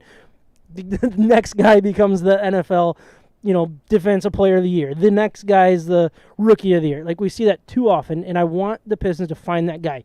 Is Shaden Sharp that one particular guy that's like, yeah, someday people might be talking about him as the best player in the draft, not Holmgren or Jabari Smith? Do you think he's the best candidate for that type of pick? I think maybe numbers-wise. I think he could get to the point where he's scoring 22, 23 points a game numbers in the NBA, but doesn't mean that he's winning NBA games. It doesn't mean he's playing winning basketball. Okay. I don't see winning basketball when I watch him. And I think this is the conversation when we steer it back to what the Pistons are looking for. You have to remember, as a Pistons fan, the number one most important thing that our front office cares about is the quality of human being that they're drafting and the competitiveness of the human being that they're drafting. They have made that very clear from day one that Troy Weaver's main goal is to get the right person, not basketball player, but the right person in the clubhouse and the competitiveness that matches all the rest of the guys. And so that worked out for Cade Cunningham. That's the reason why they wanted to get him. That worked out for Isaiah Stewart. That's why they drafted him at 16 when everybody thought it was dumb for them to go do that. That's the reason why they wanted Sadiq Bey. Sadiq Bey, yeah, because he's a winner. I mean, Villanova has put a lot of NBA guys out on the floor. Some flourish, some have their streaks, but, I mean, Sadiq Bey is looking like the best one out of all of them. And that's saying something with Brunson and Mikal Bridges, right, in Phoenix. Yeah, character guys. They got to have good character. So at this point, Shaden Sharp didn't even start as a sophomore in high school. Yeah, and I'm not saying that Shaden Sharp is a non-character guy. I'm not saying that. Well, but let's lay it out. So as a freshman and sophomore, he hardly ever played. He moved as a junior and like barely ever played a little bit, and then he moved again to a different school as a senior and crushed it, like scored a whole bunch of points, went and played the EYBL, which is one of the better, travel, high competition AAU teams, basically. Which he was always a part of. He did a good job. Yeah. But most of it's just like pull-up shots, not any like basketball creativity or like breaking down guys or even driving that much. Yeah. Like, can he jump? Yeah, he can jump out of the gym. Does it mean he can blow by his guy? Not from what I've seen. Does it mean he's got a great handle? Not from what I've seen. Yeah. Does he look great shooting the ball? Yeah, he looks phenomenal shooting the ball. But all the shots are like fadeaways, like he's trying to be Kobe all the time. Never plays defense. Not that I've seen. I've seen him just let people go by, doesn't rebound, doesn't do a lot of stuff. He's not a hard worker from things that I've seen. Again, he's no Ben Matherin, who's like a ultra competitive athlete who plays defense as hard as he can. Sometimes he gets beat because he overplays on defense. But I'm sure the Pistons would rather have the guy that overplays on defense and cares too much rather than a guy who you're trying to get to be competitive at all. And let's remember, then he goes to Kentucky. Yeah, might he be the number 1 pick next year? Yeah, he could be. He does have that upside. Which John Calipari would come off the quotes that he said. Yeah, he could be. But at the same time, he had a chance to play for Kentucky in the second semester this year. He didn't. And he turned it down. Okay. And then he has a chance to go back to Kentucky like he said he was going to, and he turned it down. He goes to the NBA. Then he had a chance to play in the combine workouts and play in those games at the combine, and he turned it down. Every step along the way, it's like he's trying to protect his draft stock over showing what he's made of. And that to me, huge red flag. I'm not going to take a chance on a character guy. All right, so we do have some comments. Looks like we got a comment here. It says, looks nice out on the deck. Yeah, I love it. It's a little warm, but it's beautiful. It's beautiful right now. Kyle, the shirt says it's all about the wood. You just can't see the Louisville Slugger. It's all wood. Oh, gotcha. Yeah, all right. Yeah. Did you go to the factory? My godson did. He really? saw the shirt and he was like, "That's a cool shirt. I gotta like get that for John." Looks comfy too. I wore it one time out at Golf League. It was pretty funny, and I wore it bowling one time in bowling league. And the lady was like, "Yeah, the wood lanes," and I was like, "Sure," you know. And then he also said, "Don't draft Chet." Let's go, Kyle. We're all right. Yeah. Come on, Kyle. Just keep talking for me. You're saying you're speaking my language. I did invite Kyle on the podcast tonight, and he didn't respond for a while, like usual. Thanks, Kyle. Thanks for not responding. So it's also very nice on the deck. Thermometer over here to my right. What is that? 72? 72? Yeah. About 72 pretty degrees. Comfortable. Yeah, very nice. My last question before I put you guys on the spot with a mock draft or two. One thing that I always like with the NBA is you can look year to year a little bit easier, I think, than other leagues. Like, you can't compare necessarily Aiden Hutchinson to whoever was drafted last year, not as well. You know what I mean? In the way it all plays out. Based on what we're looking at, the top 5 this year, what we got last year with Cade, would Cade be the first overall pick in this group? No, not even looking at what we see from college, or I mean what we've seen from him in the pros, which I think is positive. But like knowing what we knew heading out of the league or out of college, would he be number 1, or do you think one of these other guys would be like, no, this is definitely easily? You think he would easily be number 1? Easily be number 1 in this year's draft. Okay. Yes, just from what you would know coming out of high school and college. And the reason is because all of these guys, Jabari Smith, Chet Holmgren, Paolo Banchero, all of them have downsides or negatives that people are worried about with them. And there's like real concern at some level. There was no concern about Cade Cunningham. The only concern that, quote-unquote, concern that you would have is that he might not end up being a top 5 player in the NBA. Okay. But you knew he was going to be an all-star. So if you take, let's say, the top 5 in last year's draft, you got Cade, Jalen Greene, Evan Mobley, Scotty Barnes, Jalen Suggs, and let's say the top 5-ish players in this draft, Jabari Smith, Chet Holmgren, Paolo Banchero, Jaden Ivey, let's throw Keegan Murray in there. Like, would any of these 5s that are in this year's draft, like, where would they kind of mix with last year's draft? Because I'm curious, are we getting the best player in the 6th best player out of the top 10? You know what I mean? Like, where do you guys see this kind of playing out? I think they all rank 6th or worse behind all those guys. All 5 last year were better than this year. You might have an upside type guy in this year's draft but like on paper, like heading out of college, you would say that last year's top 5 was better than all 5 of these guys. It's really tough. I guess coming out of college without seeing what they did in the NBA. Yeah. What they did in the NBA, again, I don't know. Helps that argument. It's easier in hindsight, right? Maybe Chet Holmgren could sneak into there. Yeah. Maybe. And maybe Jabari Smith, because people just look at that 44% three-point shooting or whatever he did at that length, and they're like, man, we are betting on the upside. But, I mean, Evan Mobley was a huge prospect last year. Like, he was legit prospect that was drafted 3rd overall. So Evan Mobley would leapfrog all of these guys, in my opinion. And Jalen Greene might be more of the wild card. Like, it depends on the team who's drafting, who would select a guy like that. And someone might take a college guy over the unknown of the G League guy that he was coming Yeah, out. like Jalen Greene would have been a higher upside than Jaden Ivey in this year's draft, but they're pretty similar as far as like athletic upside, and then you hope the other things match it. We got a comment from Todd Johnson. We'll see him on Saturday at the wedding. Pumped for that. I'm gonna have so many beers on your dime. It is on his dime, right? Oh yeah. Like the we can the father of the bride pays for the alcohol. yeah. So it's on Todd. It's on Todd. Yep. Oh, I am going to We're milking smash something. I'm gonna be drinking so much. Better be a bunch of those sweet tart drinks that I mixed up for him that one night on this Yeah. deck. that. Is that a Friday night or a Saturday night? I don't know. Are we riding together? We should probably ride together. Yeah, we should probably Probably just drive Uber. as little as possible. Maybe we'll just ride with Todd. Yeah, He'll just drive us home. Todd will be our taxi. Yes. Taxi Todd. Are you That's good with what that, Todd? We'll pay you in beer afterwards at the house. I'll just unload my fridge. Oh, it's wedding season. I'm all in. I love wedding season. Wedding crashes, but wedding season is I'm a all great prepped. season. I'm ready to Yeah, go. you're already a vet this year. But he brought up John having, what does that say, that bass voice for real. Holy smokes. John does have a good voice. Can't compete with No, that. I know. I've always been told I have a high voice, and then I agree, and then John like makes it real. Like I mean, I can sit next to you and it doesn't sound that different, right? No, mine's Like, probably yours is- higher than yours. You think so? Yeah, I think so. I don't know. Probably. I don't know. John, who has a higher voice? You're on the spot. I mean, it's just I think mostly because your mic's a little bit. Got a little more gain in it. It's a little warm tonight. Yeah.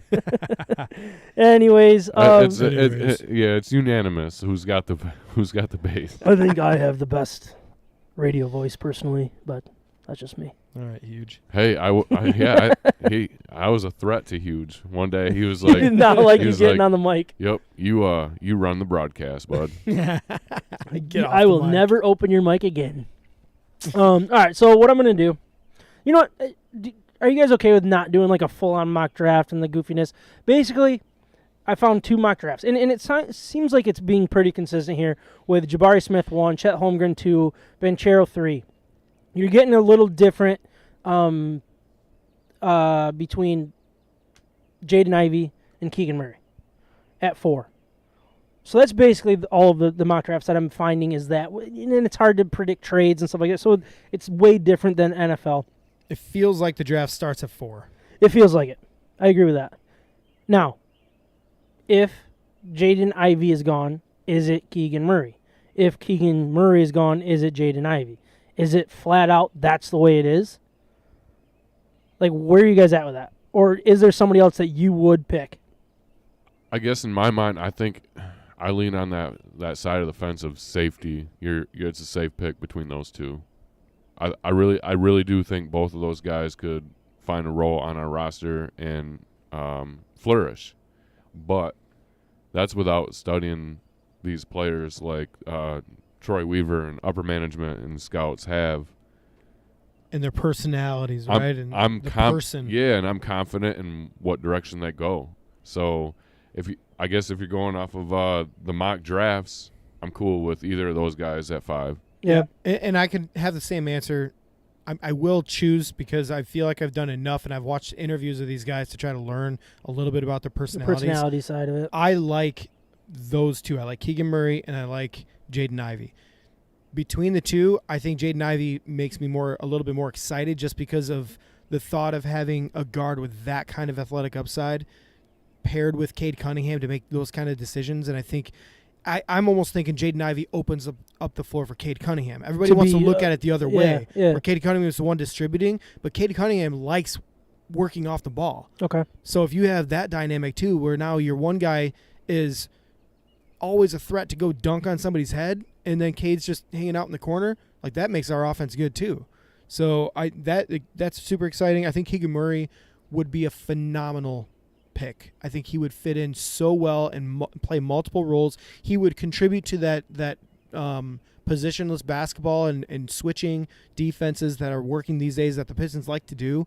I think he would fall right in line there. He can shoot the three. He can score right-handed, left-handed. He is a low post player who plays out on the perimeter when needed. Right. And so at that size, playing 3 or 4 and is a low post threat, I think is a different dynamic in the NBA that there's not a lot of guys doing that. With athletic upside, I think that'd be a great pick. Ben Matherin scares me a little that he could be another another old former Piston dude, runs all over shooting guard now. Just a defensive menace, but Yeah, I don't know. former draft pick. Oh, Dinwiddie? the one that we traded to the Lakers? Yeah, to the Lakers, and now he's on. Then he got traded. Contavious Caldwell-Pope? Yeah. Caldwell Pope. KCP, baby? So Ben Mathurin scares me a little bit because 4-3. he could end up being a KCP. He could. So I lean more to the other guys because again the safety net there. Dyson Daniels would be the wild card. If they end up drafting him, then I'm all in. I would buy into it. What was the comment there?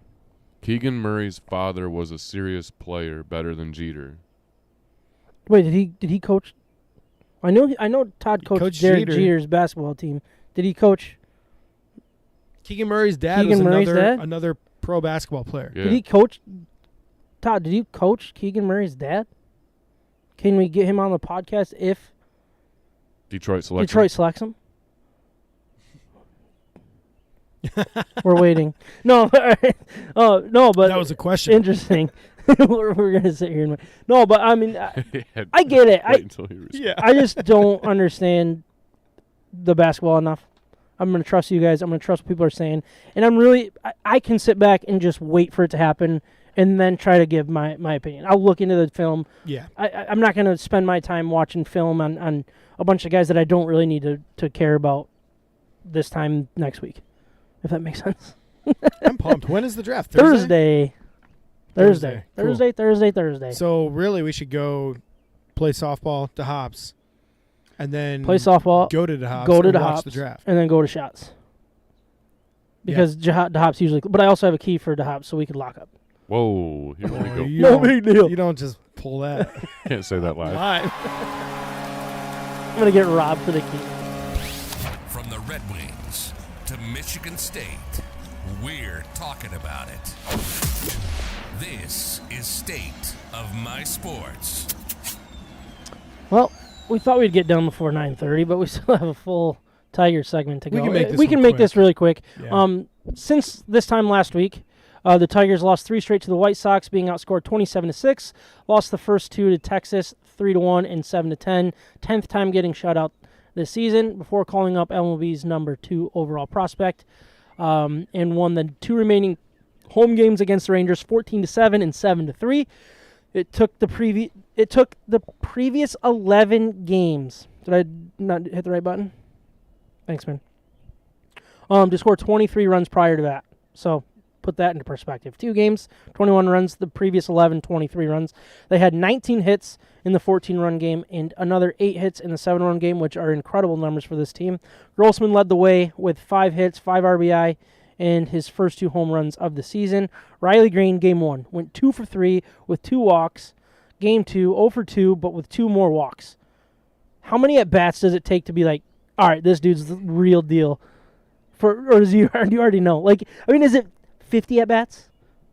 100?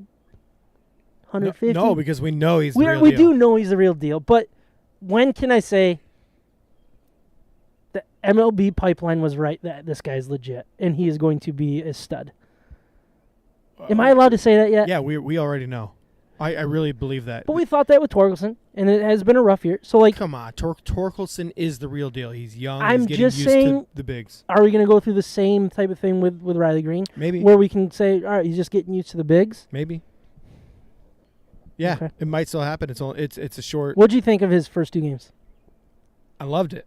He looks like a professional hitter, doesn't he? He's got the professional body already. He's huge. Outfielder, so that's a position of need for the Tigers at this point. This is what we wanted to start the year. This is what we were excited for, rounding out our team in this lineup in the defense. He is a difference maker. He feels like he's already made our team better. Mm-hmm. And with this kind of a hitter that is patient as he is, it only increases everybody else's ability to hit because they're going to see more pitches. And it's going to put more pressure on the starting pitcher. Yep. He was the spark that this team needed. Yeah, it might not be a long time, long hot streak. I think they're losing 5-1 right now, so it's only 1 run.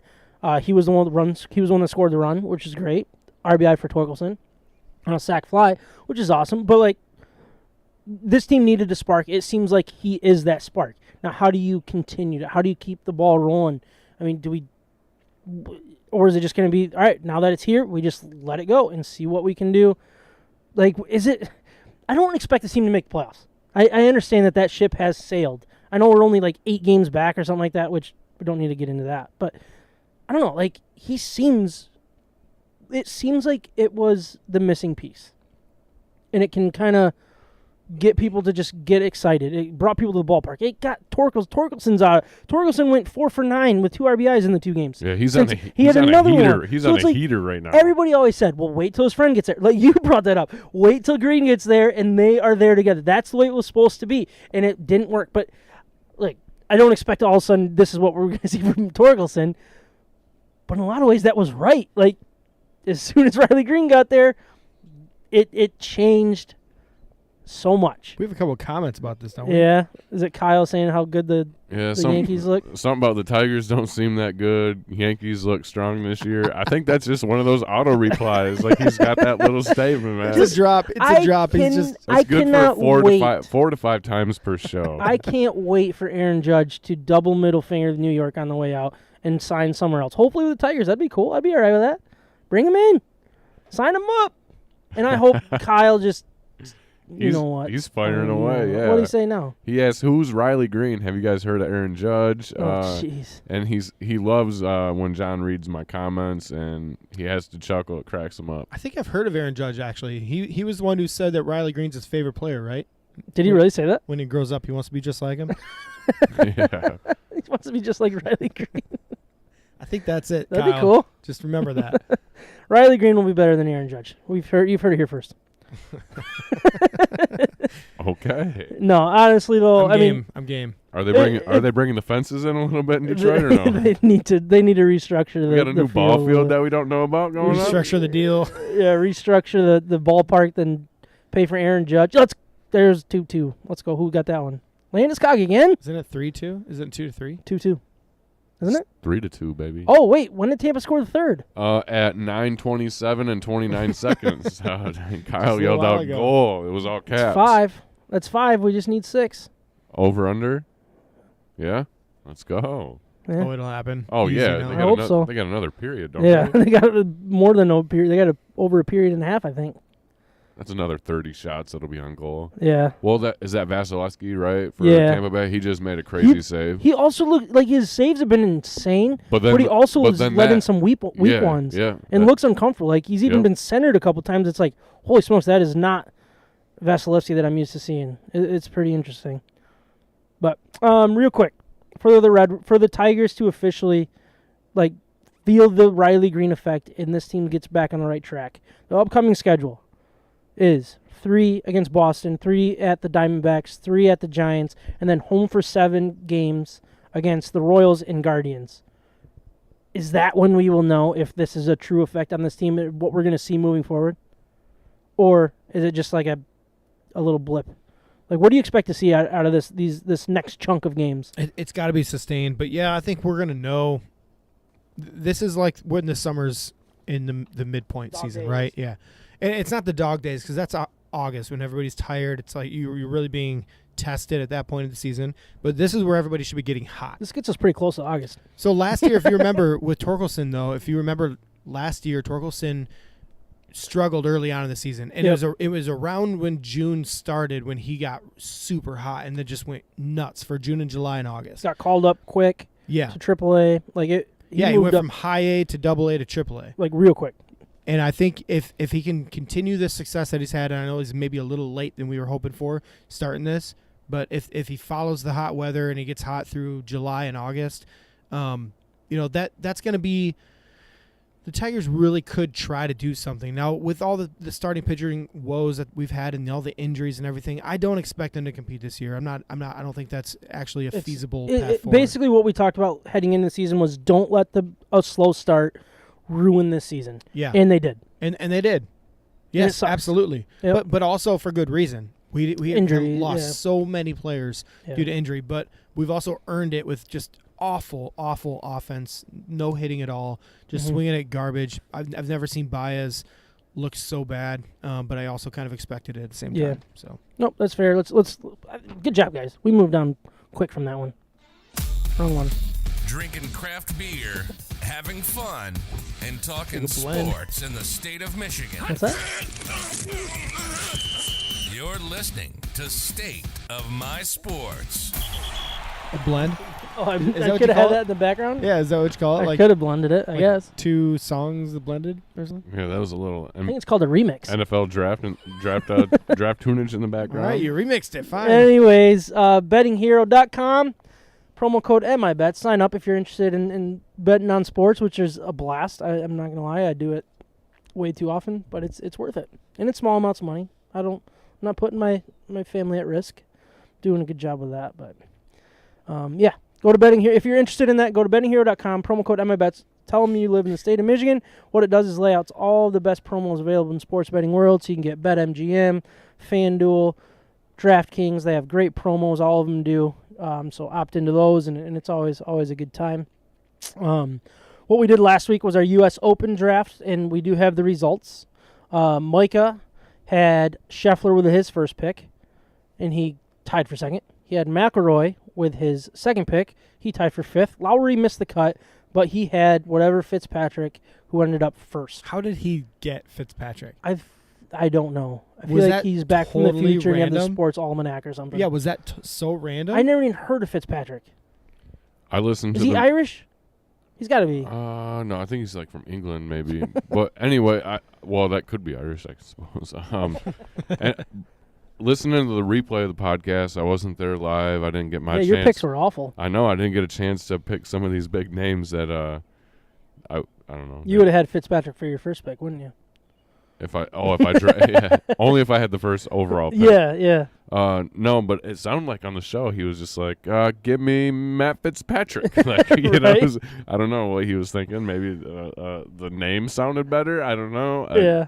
Hey, great for him though. Congrats. So like I said, I mean, we don't really lay out rules to this. Yeah, But I would assume Micah won. I mean, he had the first, second, and fifth Yeah. player. I mean, yeah, he had the cut, but man, that's pretty dang good. Oh, that's amazing. I feel It like was impressive. nobody's fourth overall pick is the one that's going to be like the deciding Right, factor. he was the last pick in our draft. Yeah. Which is just crazy. Before all your picks, but Ryan, you had Smith, who was cut. Zalatoris tied for second. Good for you. Cam Smith. Thomas tied for Unfortunate 37th, and Brooks Koepka at 55th. I would personally say I beat you because I had all four guys make the cut. That's not true, though. John Rahm, Sam's really good at picking guys that just make the cut, you know. he Congrats. finished 12th outside the top 10. You mother effer. DJ tied for 24th. Morikawa tied for 5th, and Spieth tied for 37th. So Solid though. right, not bad. Not bad. Only two players missed the cut. That's not bad. That's not bad. We did Yeah. good. I think all four of your players missed the cut though. Oh, I Man, believe that so. sucks. I just went to the bottom of the I list of believe the odds so. and drafted. I all actually four. listed a couple other names that I was like, look out for, and they all missed the cut too. So like, I'm glad I was at my. You're glad you were missing out on that one. Also, the NBA draft results are in with the Warriors winning. Micah won the NBA draft by taking Golden State. I think it was with his third pick. Man, he's on a hot streak right now. Yeah, who beat Ryan's Boston Celtics. And then in the NHL draft update here, we got Ryan's Avalanche are leading Micah's Tampa Bay Lightning 2-0 with Game 3 at 3-2 for Tampa. Right I got to now, knock him so. down a peg. Like, Yeah, he's getting a little cocky out there. I can I tell. want the Avs to win this, and I know like it's probably unpopular, but I love this Avs team. I really do. They are a fun team to watch. They are so fast. They're making Tampa Bay look slow. They really. I mean, this game's been different, but what they did to them on was it Saturday with the 7-0 win, just complete domination. They held them to like 17 shots, and that was a generous number with the way that game was played. Just an impressive beatdown. Doesn't happen very often in the NHL. It was crazy to see. But yeah, I mean, we'll see how it all plays out. It'll be fun, right?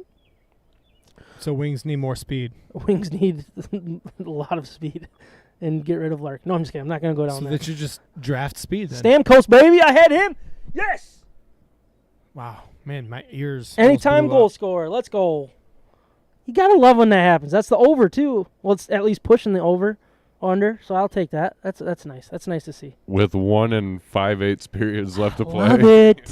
Like, geez. Love it. And I also, all right, I don't need to tell you guys all my bets. I don't even know all my bets. It's a problem. But one thing that I like to do, so I personally really like FanDuel. Did you go through MI bets with these bets that you're talking about tonight? Yeah. We tonight's use games? so many of these. Okay. Yeah, Just it's making nice. sure. Promo code State of My Sport. MI bets, yeah. MI bets. Exactly. But for Betting Dinger Tuesday, hero. so if you have FanDuel, they have what they call Don't Dinger buy it. Tuesday. What you do is you can bet up to $25 on a player to hit a home run. I recommend doing the 25 because then you can get the max bonus. What it does is you have that $25 for that specific player to hit a home run. If your bet wins or loses, every home run that's hit in that game, you get $5 as well in free bets, which is awesome. So, like, let's say what I'm going to do tomorrow. I'm going to go with Austin Riley for the Atlanta Braves, and this is why. Atlanta is only the 14th home run friendly ballpark this year, but both the Giants and Braves are top 10 in homers hit. That's where you can get your money, because if there's a lot of home runs combined, you get your money back at least. Yes. And if Austin Riley gets it, let's say he's going to be maybe plus 300. Usually, like, that's fair. Sometimes it's more like plus 280, but that's a fair number for these guys. $25 bet, you get that. So let's say Austin Riley hits one. Let's say there's 4 other home runs in there. You're making a crap ton of money off your $25 bet, and you're getting all the free bets because there's a bunch of home runs. You can get up to $25 in free bets if 5 home runs are hit in that specific game. So a lot of home runs in that Atlanta game. There's still no starters named for either, so it could be one of those crazy bullpen games or just like position players throwing the ball and just serving them up. Look, it's going to happen.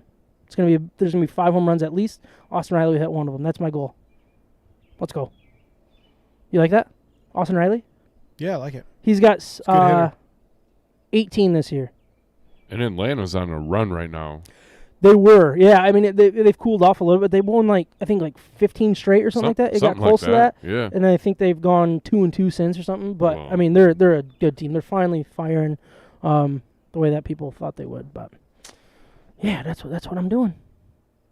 Follow us on Instagram, Facebook, Twitter, YouTube, and Twitch. State of My Sports.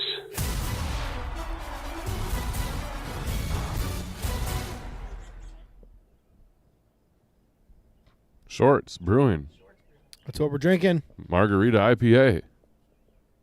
India Right. Pale Ale with lime, agave, and pink Himalayan sea salt. Not Himalayan, it's Himalayan Him.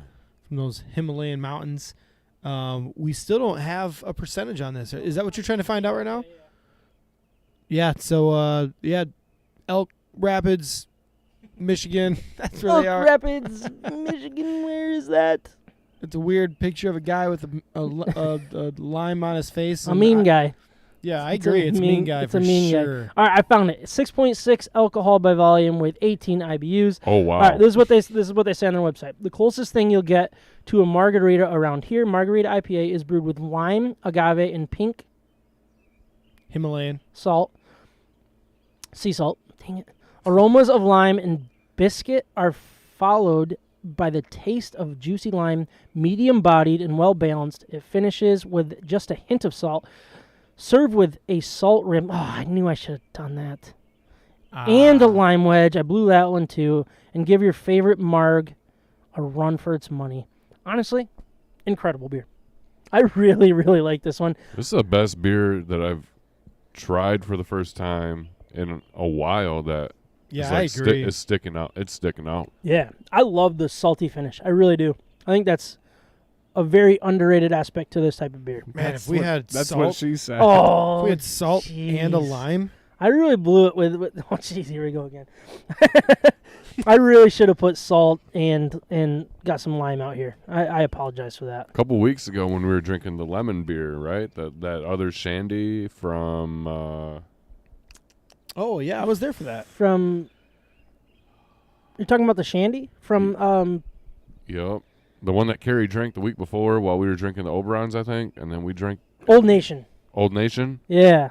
And Yep. and the whole time I was like, man, I actually like lime in my beer Yeah. more than lemon. And I So remember, the shandy was the lemon. yeah, I remember you kind of like thinking like, what? No way. Yeah, but then we had a lime one, I think, the following week or maybe 2 weeks ago.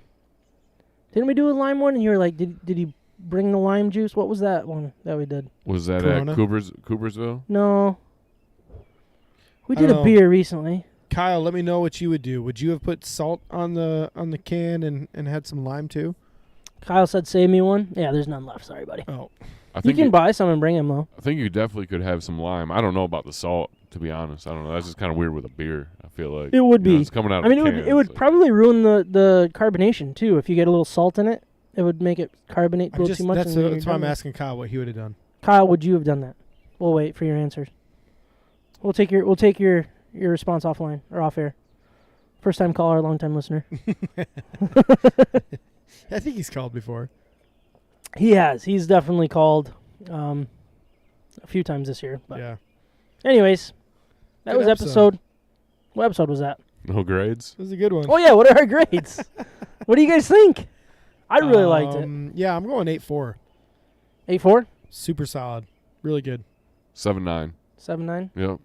In honor of the 79 degrees starting temperature of the show tonight. I'm gonna go with an 8-2. Perfect. And Carrie In honor of the Carrie 82 said degrees nobody start time. asked. What does that mean? She said, "No, I asked. Save me one." Oh, that was Carrie that asked for one? Yeah. Yeah, she can buy one herself. We're all out. Kyle just says that Sam loves a salty finish. Mm-hmm. Carrie, what are you drinking tonight? And What blew it what too. grade did you? I did. Yeah. Gosh, whatever. You guys are mean. Where's I'm Micah not- tonight? Yeah. I get paid to read the comments. Let's We're go. just reading comments. Wait, you get paid? Hold on a second. Well, all right, we gotta get going. That was episode. Paid in beer. Anyways, no, thank you guys for coming out tonight. It was a fun episode. Thank you all for listening, watching live, commenting. Everybody but Kyle, appreciate it. Talk to you next week, if not sooner, I guess. Right? If not Is that it? sooner. Peace. Jarrett must be out watching the game. Yeah. Big Tampa Bay fan. Listening to State of My Sports. From the Red Wings to the Lions, to the Tigers to the Pistons, to Michigan and Michigan State, and everything in between, we're talking about it. And don't forget the beer.